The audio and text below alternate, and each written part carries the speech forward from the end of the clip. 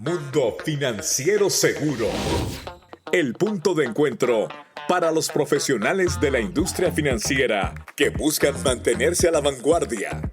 En este dinámico espacio de conversación, exploraremos desde las últimas amenazas en ciberseguridad hasta las innovaciones en fintech y tecnologías de detección y aprendizaje automático. Descubriremos juntos cómo navegar las regulaciones del mercado y evolucionar en la gestión de riesgos y seguridad bancaria. Únete a nosotros para convertir estas tendencias en herramientas poderosas para un mundo financiero seguro. En un entorno donde los avances tecnológicos facilitan las transacciones, también surgen nuevas oportunidades para el fraude. El autofraude, conocido también como fraude de primera persona, se ha convertido en una tendencia alarmante en crecimiento dentro de las instituciones financieras en América Latina. Soy Juan José Ríos y les doy la bienvenida a un nuevo episodio de Mundo Financiero Seguro, el podcast de Plus-T, donde hablaremos sobre fraudes financieros y estrategias para combatirlos. Hoy abordaremos un tema que cada vez toma más relevancia en el mundo financiero, el autofraude en medios de pago. En este episodio vamos a explorar la situación actual de esta modalidad de fraude, los desafíos que presenta y sobre todo las estrategias más efectivas para combatirlo. Para ayudarnos a profundizar en este tema, tengo el gusto de estar acompañado por dos expertos. Hoy nos acompañan Carlos Angulo, experto en prevención de fraude con cerca de 45 años de experiencia en el sector financiero. Ha trabajado también con medios de pago y banca digital. Adicionalmente, nos acompaña Héctor Morales, gerente de producto de medios de pago y seguridad transaccional en Plus-T. Ambos gracias por acompañarnos, Carlos y Héctor. Antes de entrar en las estrategias para combatir el autofraude, vamos a iniciar contextualizando para quienes no están tan familiarizados con este término. El autofraude o fraude de primera persona ocurre cuando un cliente legítimo realiza una transacción y luego alega que no la ha autorizado, con el objetivo de obtener un reembolso. Este tipo de fraude ha crecido considerablemente en América Latina en los últimos años, en parte debido a la creciente adopción de medios de pago digitales y las facilidades que existen para reclamar disputas. Vamos a comenzar en esta ocasión contigo, Carlos, desde Perú. Gracias por estar con nosotros. Según tu experiencia trabajando con instituciones financieras, ¿cómo has visto o cómo se presenta este fenómeno en la región? Y sobre todo recalcar qué tan grave es el impacto actualmente. Hola, gracias Juan José y Héctor por la oportunidad.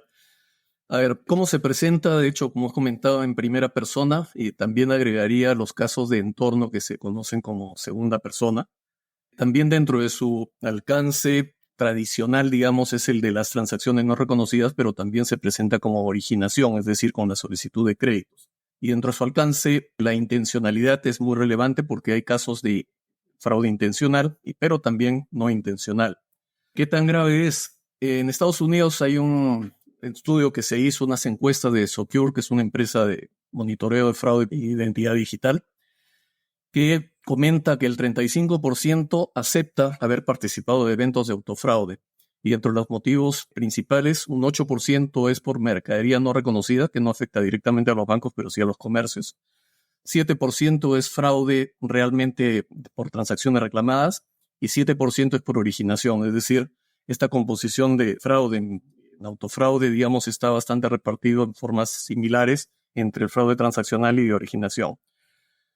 Y hay también información relevante respecto al grupo etario, es decir, el 49% de los millennials, que son los que están entre 30 y 45 años aproximadamente, han realizado este tipo de actividad, mientras que solo el 25% de los que están entre 60 y 89, que son los boomers. Y la generación Z tiene una participación también incluso hasta más relevante, porque es el hasta 30 años aproximadamente, y el 30% ha cometido este tipo de fraude y 52% lo haría si no lo descubre. Hay otro dato también muy relevante, que los casos de 2 cuentas cerradas por este motivo de autofraude es 189 veces más probable a volverlo a repetir. Es decir, los que cometen este tipo de fraude normalmente lo vuelven a cometer. En el Perú, es la información, digamos, que tengo más cercana. El reporte de los bancos en estadísticas de fraude indica que el 7% de los consumos no reconocidos, es decir, lo que los clientes reclaman, es motivo de autofraude. Este 7% probablemente se queda bastante corto porque es lo que los bancos reportan, digamos, dentro de su análisis y no muchas veces se hace un análisis exhaustivo. Y dentro de este 7%, el rubro que más porcentaje puede representar dentro de esto es la tarjeta de débito, pero básicamente por el impacto que tiene en el fraude en banca digital. Gracias, Carlos. Revisando, hay una ley que está implementando Chile, particularmente respecto a este impacto del autofraude, y es la ley 21.234, que nos habla del fraude bancario y el autofraude en Chile. Carlos, me gustaría seguir hablando sobre esto. ¿Cómo podrías explicarnos o hablarnos sobre cómo es la tipología de este tipo de fraude? ¿Qué factores han contribuido a su crecimiento? En cuanto a la tipología, como comenté, el no intencional, que creo que también hay que considerarlo porque son parte de los reclamos que entran, digamos, a la institución. No hay intención de fraude y normalmente o muchos casos de esto se dan porque los comercios facturan con un nombre diferente a donde hicieron el consumo, ¿no? Entonces el cliente no reconoce y hace un reclamo. Esto debería ser atacado en el momento de la presentación de reclamo en el contact center. Y también los casos de entorno del cliente donde la segunda persona, que podría ser el hijo, hace uso de juegos de que el padre o la madre le había habilitado en su dispositivo con relación al uso de la tarjeta para incrementar, digamos, los niveles de juego, etc. Entonces, estos casos son característicos de eventos que son autofraude porque el consumo sí lo hizo el titular o alguien de su entorno, pero no lo reconoce. Que, como digo, no son parte de una casuística de fraude propiamente, pero que también están dentro de los reclamos que se presentan. Dentro de lo intencional, donde sí hay la intención de hacer el fraude, también tenemos los que lo hacen artesanalmente, por decirlo así, porque son personas que se tratan de aprovechar de las circunstancias, y también hay los profesionales que actúan dentro de lo que es el autofraude, pero con características de terceras personas, ¿no? Que es lo que los bancos normalmente estamos monitoreando. Las características, normalmente estos clientes, por decirlo así, hacen más de 2 o 3 reclamos en los últimos 12 meses, puede ser un índice de autofraude. Como comenté, la edad es relevante, menos de 40 años, y la antigüedad de la institución también muchas veces es menor a 1 año. Y en estos casos quedan los saldos disponibles en las cuentas, excepto en los casos profesionales que comenté que sí tienen un comportamiento más parecido a terceros. El beneficiario en la banca digital normalmente tiene algún vínculo familiar, laboral, de domicilio, de red social. La cuenta de destino normalmente no es una cuenta con característica de cesta. Como dije, el comportamiento de una persona que quiere simular que no es la que ha hecho el consumo va a ser no habitual, pero como este caso es más fácil, entre comillas, fácil de detectar por las herramientas de monitoreo, también hay casos donde construyen el comportamiento habitual, es decir, pocas transacciones en un mes y van aumentando en los meses siguientes hasta ser un número importante de transacciones. La posesión del medio de pago y los medios de autenticación usados, esto particularmente relevante en la banca digital, donde los casos de robo de celular se confunden con los casos de autofraude, puesto que es el mismo dispositivo y son los medios de autenticación. La diferencia podría darse que en los casos de autenticación de autofraude no usan medios biométricos de autenticación porque implicaría que es la persona, y usan más la clave de acceso al dispositivo, que normalmente probablemente en su uso habitual no era lo que usaba. Los seguros también, hay muchos de estos casos que contratan seguros y la fecha de contratación tiene, digamos, pocos días de anticipación respecto al incidente, y el incidente tiene características de uso que sí están cubiertos dentro de la póliza. Y esto se relaciona también con la exactitud del reporte, es decir, casos en que los clientes reportan un fraude, pero que el banco no había emitido alertas, y además no hay intentos posteriores al reporte del cliente, lo que no sucede normalmente en un caso de fraude de terceros. Y también hay elementos que hacen más complejo esto porque hay grupos organizados, es decir, ya no es solamente una persona que actúa, sino son varias personas en diferentes momentos, pero que tienen, digamos, características similares. Es decir, el objetivo es encontrar a estas personas que tienen el mismo tenor de reclamo, usan correos o teléfonos similares, las direcciones de residencia o de trabajo son en la misma zona, y los destinatarios de la transferencia también hay algún grado de similitud.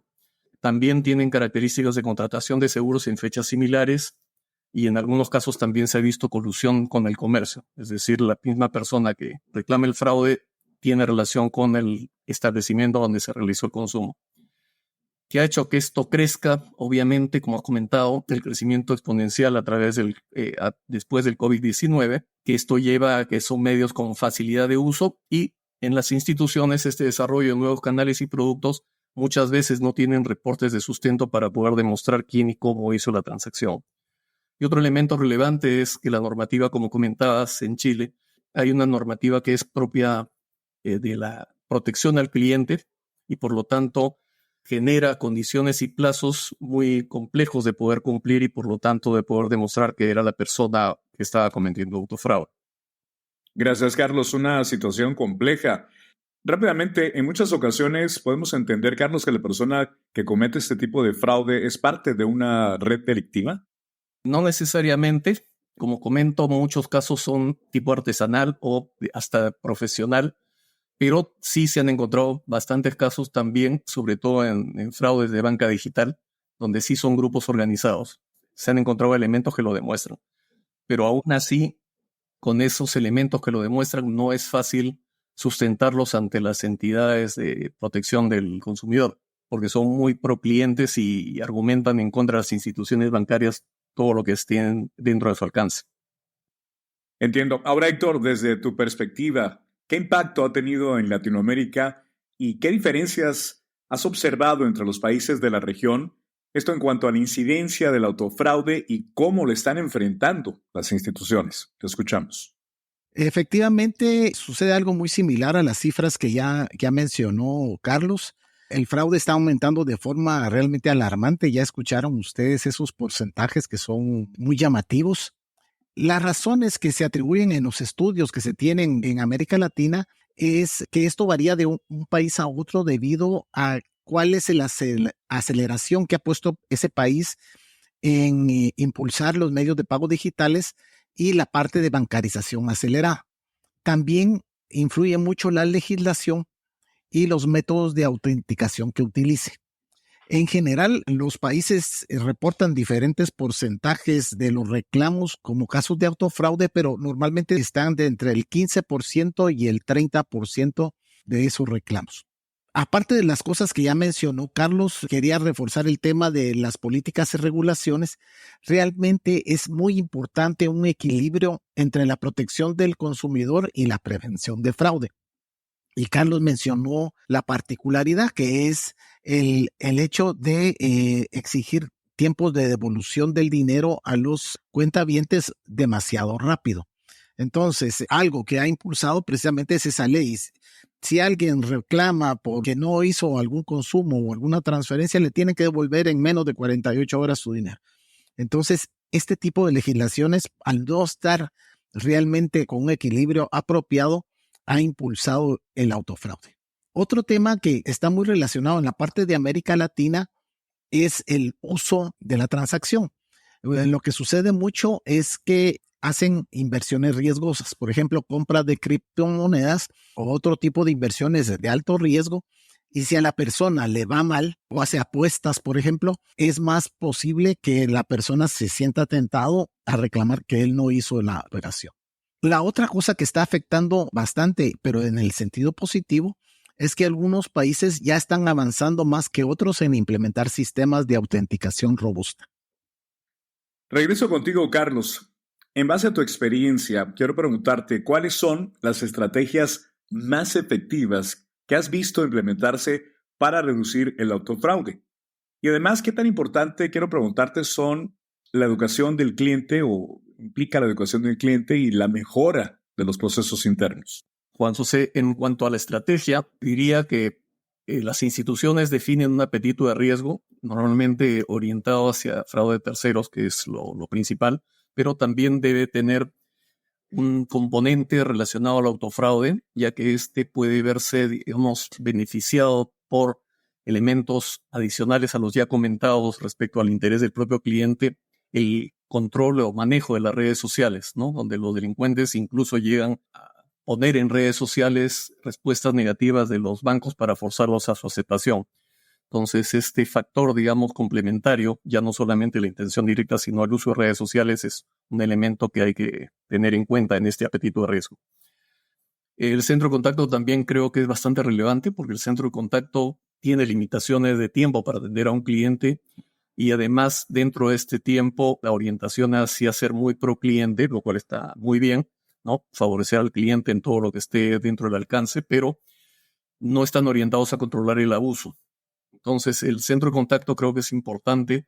Primero, que intente resolver los casos no intencional, ¿no es cierto?, que comenté al inicio, que son los casos donde el cliente no está, digamos, intentando hacer fraude, pero que también esta búsqueda de ubicar la transacción y que el cliente la reconozca ayuda a que un cliente que sí tenga la intención de hacerlo no caiga, digamos, en completar este proceso y se arrepienta, ¿no?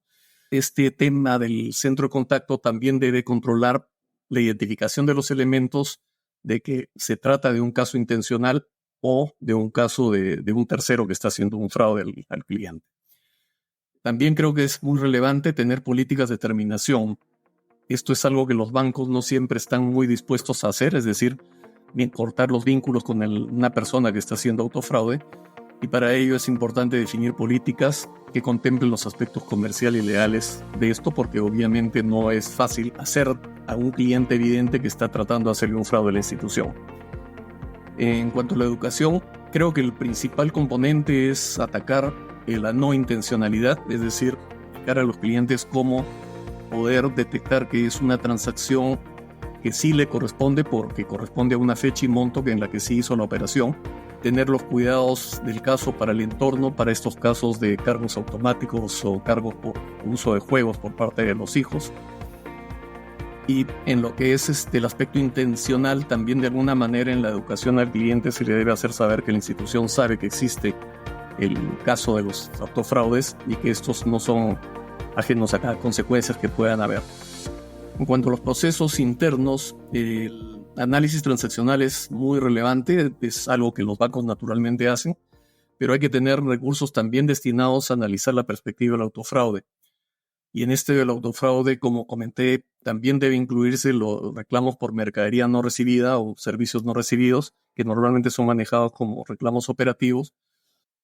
Ese análisis transaccional debe llevar a generar una base de datos específica para autofraude, que debe tener todos los datos de la transacción, de primera, segunda persona y receptores de los beneficios eventualmente, pero también incluir el motivo de autofraude, es decir, no solamente tener la base de datos con los datos de los calificados como autofraude, sino también el motivo por el cual fue calificado y a un grado de certeza, porque en el autofraude es muy ambiguo poder determinar qué tan seguros estamos que se trata de un autofraude.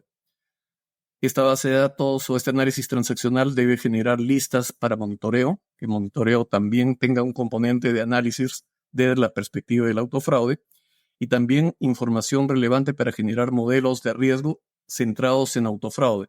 Es decir, no modelos de riesgo solamente orientados a terceros, sino el banco también debe tener modelos de riesgo orientados al autofraude. Esto para ubicar consumos no reconocidos, no detectados en su oportunidad, pero también para tener un score que, como digo, alimente las herramientas de monitoreo. Y en esto, Héctor probablemente podrá ampliar qué tanto impacta en una herramienta de monitoreo los casos que se marcan como fraude, presuntamente de terceros, pero que se tratan de autofraudes. Esto puede llevar a que la herramienta pues, no reaccione correctamente en las diversas situaciones que tiene para monitorear. Y en el monitoreo puntualmente diría que si bien siempre está orientado a detectar fraude, en el caso de autofraude lo que queremos es asegurar que el cliente no argumente después desconocimiento de la operación. Por consecuencia, es relevante tener alertas que generen mensajes de aviso a los clientes, preferentemente de 2 vías para que el cliente responda y poder saber si recibió o no la alerta. Y hayan alertas específicas a las tipologías de autofraude, con listas específicas como comenté y modelos autofraude específicos. Sobre esa línea, Carlos, entonces la detección temprana es clave para solucionar el problema de fraude de primera persona o autofraude. Debido a que, entiendo, este tipo de fraude se esconde detrás del comportamiento de un cliente legítimo. Los negocios pues, obviamente necesitan herramientas para diferenciar comportamientos legítimos y actividad sospechosa. Sobre ese tema, Héctor, ¿qué papel entonces, quiero preguntarte, juegan las tecnologías avanzadas, como por ejemplo la inteligencia artificial o el machine learning, en la prevención del autofraude? Y adicionalmente a esto, también preguntarte si puedes compartir con nosotros algún ejemplo de cómo esas tecnologías han colaborado, han ayudado a reducir los incidentes de fraude.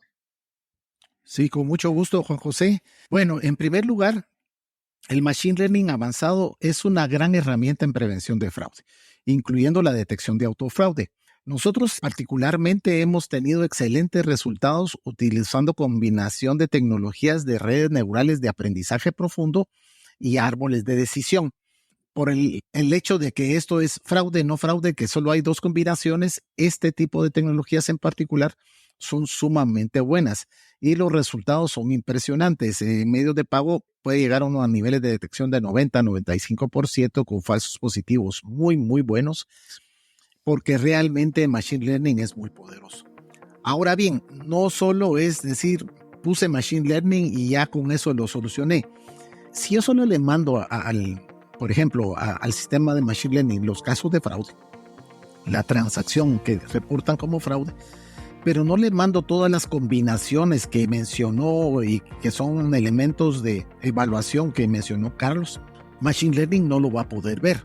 Si yo no veo, por ejemplo, él mencionó que si después de la primera transacción reportada como fraudulenta, no reconocida, no vienen otras transacciones, esto suena extraño. Entonces, creo que para las personas que quieren poner Machine Learning es importante que como que vayan repitiendo el podcast, poniéndole pausas y vayan cuestionándose, ok, para detectar esta casuística que mencionó Carlos, ¿qué necesitaría mi sistema de Machine Learning? Ok, le tengo que dar el resto de las transacciones también, por ejemplo, o el darles el tipo de establecimiento en el que están comprando. Entonces, mientras más rica es la información suministrada, mejor. ¿Qué más?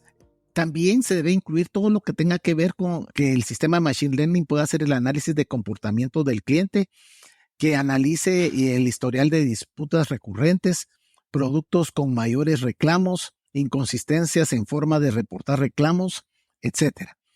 Además de Machine Learning, es importante un ensamble de tecnologías. No debemos descartar utilizar modelos expertos basados en reglas, porque estos permiten tener buenos resultados en patrones de fraude conocidos que no le han ocurrido, que no ha sufrido la institución.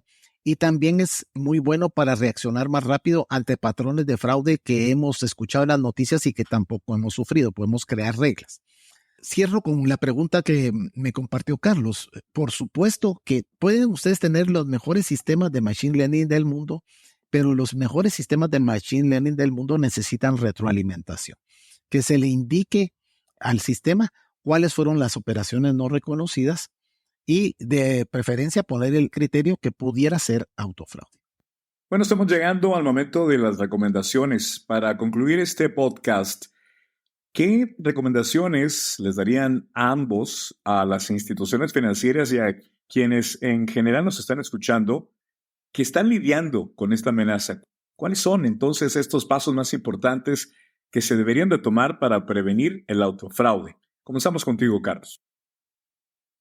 Bueno, comenté los principales que indiqué anteriormente, como dije, la educación, ¿no?, que es muy relevante. De hecho, es lo primero que tenemos que hacer.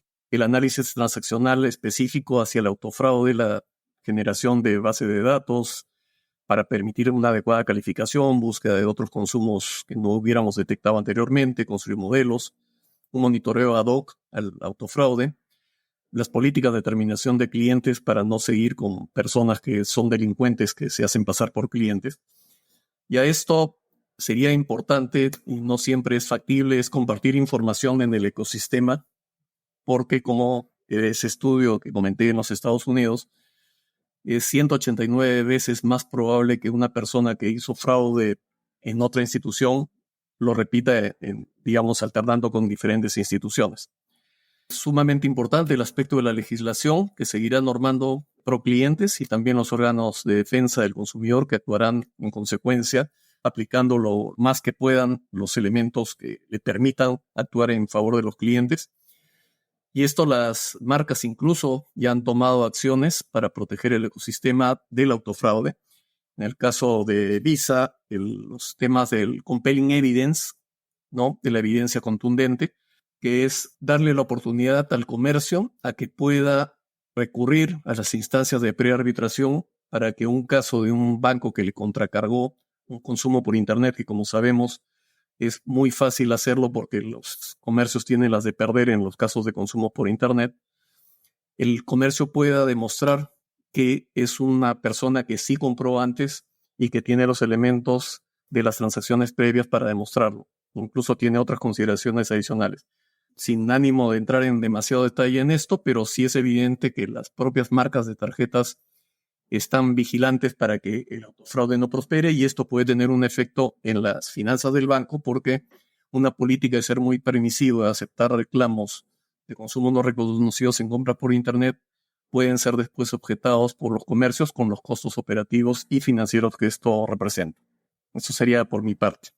Continuamos en este espacio, en este momento, sobre los consejos, las sugerencias. Héctor, ¿qué recomendaciones podrías tú añadir?